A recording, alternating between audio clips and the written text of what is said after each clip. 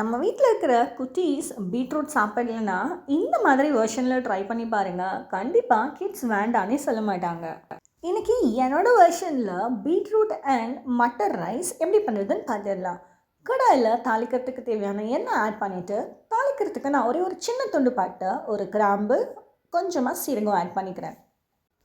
இதெல்லாமே பொரிஞ்ச உடனே சாப் பண்ணி வச்சுருக்கிற ஆனியன், கொஞ்சமாக கருவேப்பிலை, ஒரு சின்ன துண்டு பச்சை மிளகாய், வெங்காயம் கண்ணாடி பதம் வர வரைக்கும் நல்லாவே வதக்கிக்கலாம்.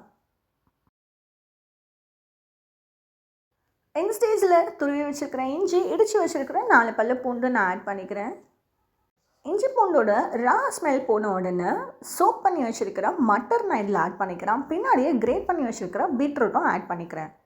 இந்த ரைஸ்க்கு தேவையான மசாலா எல்லாமே 1 by 1 ஆட் பண்ணிக்கலாம். கொஞ்சமாக மஞ்சத்தூள், garam masala, red chilli powder, ஒரே ஒரு பஞ்ச் ஆம்ச்சூர் பவுடர், தேவையான அளவு உப்பு, இது எல்லாத்தையுமே நல்லா மிக்ஸ் பண்ணிவிட்டு கொஞ்சமாக தண்ணி ஆட் பண்ணிவிட்டு மூடி போட்டு ஒரு 5 நிமிஷம் குக் பண்ண விட்டுறலாம்.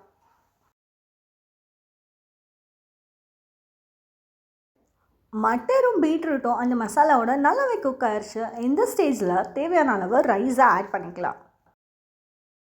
ரைஸ் நல்லா மிக்ஸ் பண்ணி கொடுத்ததுக்கப்புறமா தாராளமாக நீங்கள் பிளேட்க்கு ட்ரான்ஸ்ஃபர் பண்ணிவிட்டு அப்பளம் இல்லை வடாம் எதோட வேணால் நீங்கள் பேர் பண்ணிக்கலாம். காம்பினேஷன் நல்லாவே இருக்கும்.